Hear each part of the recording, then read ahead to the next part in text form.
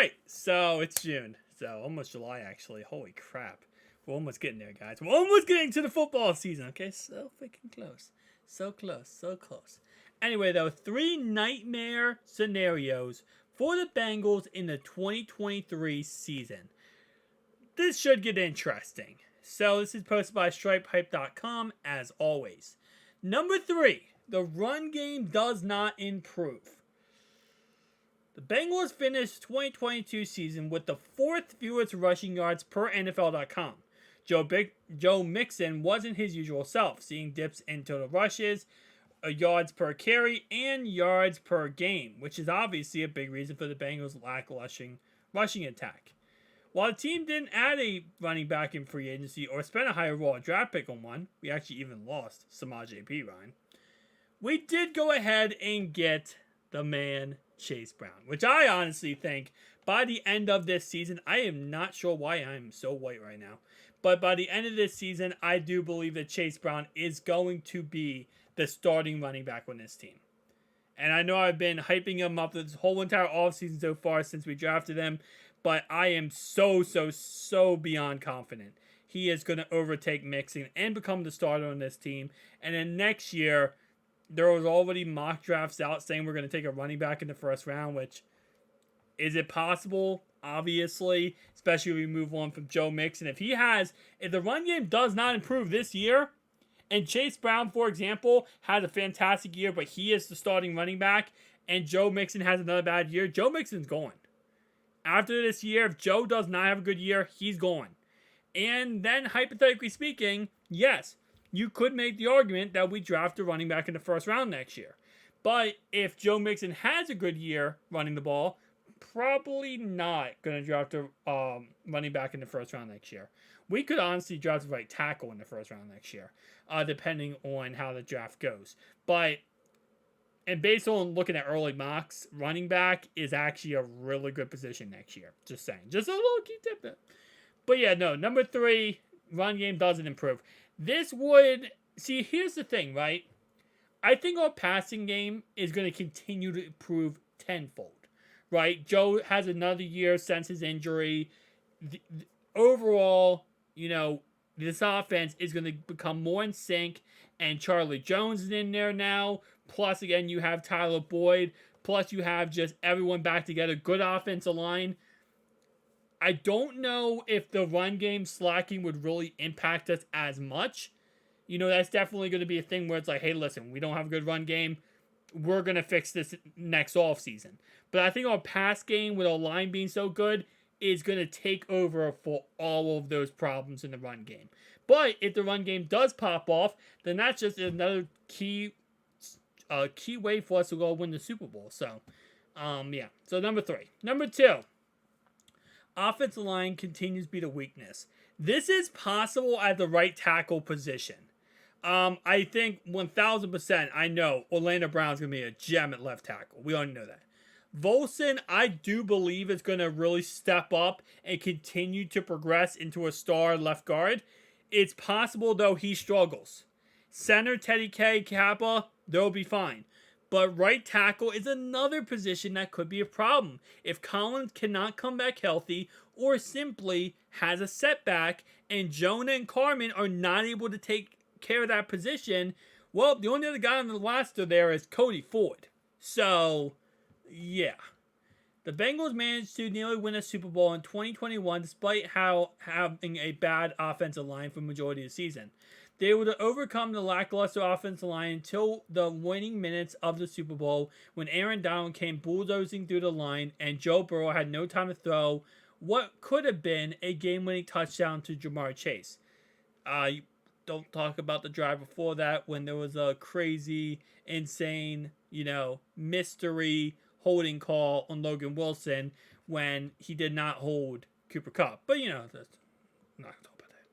The following offseason, the Bengals front office signed 3 free agents to play center, right guard, right tackle, respectively. While the unit got off to a slow start in 2022, by halfway point of the campaign, they were starting to gel and play better. Fortunately, Collins went down in injury in Week 16. Kappa in Week 18 and Jonah Williams in the wild card win over Baltimore. That means the Bengals were without their starting left tackle, right tackle, Mike God for the playoffs. Yet the Chiefs still like, oh, we're so much better than you. Blah, blah, blah. We had no Tyreek Hill. Yeah, we had no line. Imagine that. Imagine just not having a line.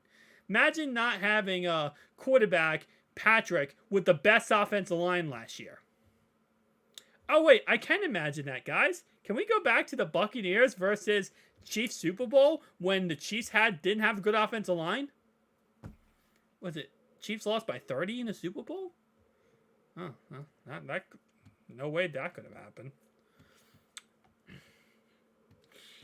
This offseason, the Bengals signed Orlando Brown. Yeah, so they're just saying, what if there has a setback? What if there's a problem?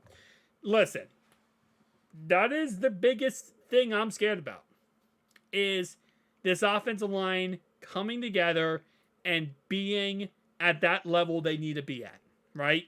Because we have a lot of teams this year who have good defensive lines. 49ers, Bills, Jags, Baltimore twice, Pittsburgh twice. That's 7 teams right there off the top of my head. The Chiefs have a good defensive line. That's 8 teams. Thinking who else? I mean, the Texans have a good defensive line. They have a good team, but they have a good defensive line. Yeah, I mean, Vikings also have a good defensive line. Like, there's a lot of teams we're going to be playing this year with good defensive line. This offensive line needs to hold up, needs to be consistent, and needs to stay away from injuries. That's the number one thing. Because, in all honesty, while, yes, we improved this offensive line with Orlando Brown, this offseason, we don't have as much depth at this offensive line position that I would like to have, right? At receiver, we got depth all the way down. I mean, you go down the list here, at 4, you got Charlie Jones. 5, you got Andre. You still got Trenton Irwin. He came back. You still got Stanley Morgan, right? You still got a lot of players. But offensive line, it's not as much depth. So that is definitely going to be a concern. I think we'll be fine 1,000%. But I can see why that's an issue. Joe Burrow misses time. Well, if he misses time, the season's over. I mean, I hate to tell you that, but I don't think we're going to win too many games with Trevor Siemian or Browning. I just don't think so.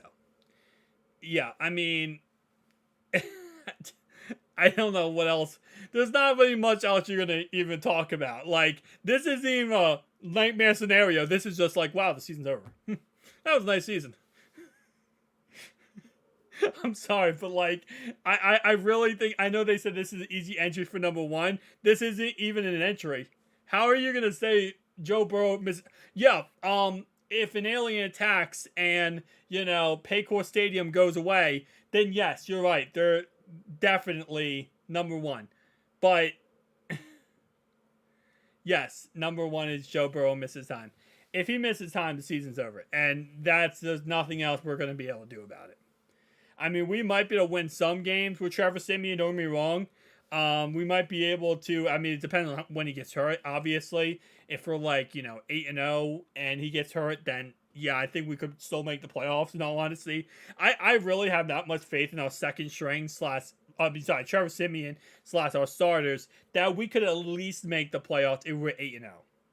I think with Trevor Siemian, with the team we have right now, we could probably go, and this is, let's say we started the season off like that, right? I think we could, honestly speaking, go, I'd say 8-9. 8-9 with Trevor Siemian. With Joe, 15-2, 14-3. But with Trevor Siemian, with Jamar Chase, T. Higgins, everyone, 8-9. I think we could at least almost make the playoffs. But, and again, it depends on when he technically missed time. If he missed time, we're 8-0. I think we could at least, with the second half schedule, I mean, we're not going to beat the Chiefs, but we could at least probably play a close game with the Jags. I think we could play a close game with the Colts and a couple teams. And I think we could at least win 3 or 4 games to get us to the playoffs, right? But, guys, tell me down below your thoughts and opinions. I'll see you guys next one. Peace.